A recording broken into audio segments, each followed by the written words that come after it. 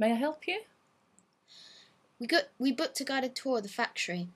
Ah, yes, Weldon and Hurley, right? I'll send the guide down. Are you ready for the tour? Yes. Yes.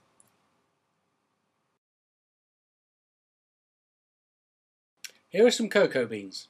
They are what chocolate is made from. They come from Brazil and other hot countries. Who invented chocolate? It has been recently discovered that chocolate was first invented by the Aztecs.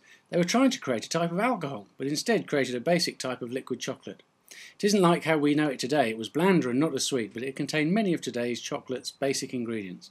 Now then, there must be one question in your mind: how is chocolate made? First, cocoa beans are harvested and brought to the chocolate factory. The cocoa beans are crushed and the beans and pulp are collected and left to dry for about 6 days. But we don't have time for that, so here are some cocoa beans that have already been dried. The beans are then roasted like coffee beans at 100 degrees centigrade, and afterwards are moved to the machine that creates our delicious chocolate.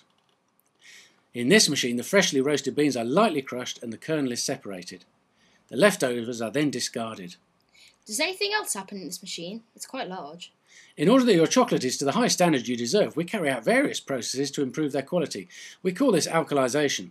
It then goes on to be milled and heated until it liquefies and becomes cocoa liquor. The heating part of this process is called tempering. This gives the bar its neat and glossy finish and the ability to just snap a piece off and pop it into your mouth.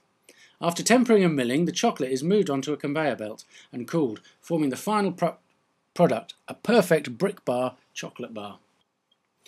The bar is now wrapped and sent off to shops for people to buy, eat and enjoy. And that's how chocolate is made. How do you make white and dark chocolate? I can't show you as the machine to make that kind of chocolate is in another factory, but I can tell you. White chocolate is made by increasing the amount of cocoa butter.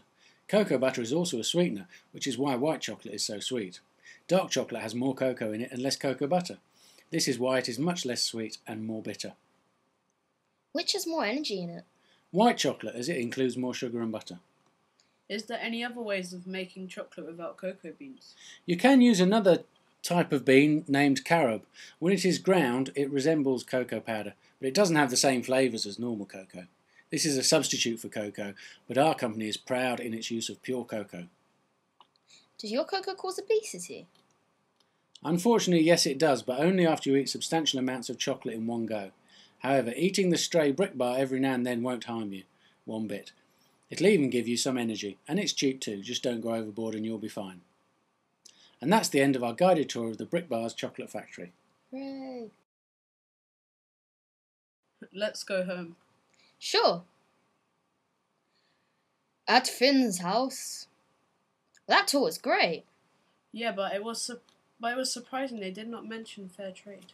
What? I said fair trade. It's when all people who help provide us with our fruit, vegetables, and even cocoa beans from other countries are paid fairly. Not many companies actually do fair trade.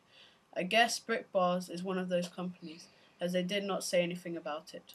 Business such as Nestle have only recently become fair trade. They should all be. Welcome to our special documentary, The Chocolate Bar's Journey Through the Digestive System. Let's watch this. Okay. First, the chocolate enters the mouth as you eat it and goes down the neck into the stomach. It is then digested slowly by stomach acid. It then goes down the intestine, is turned into poop and goes into the toilet. And that is what happens to chocolate when you've eaten it, from the moment you eat it to flushing it down the toilet the next day.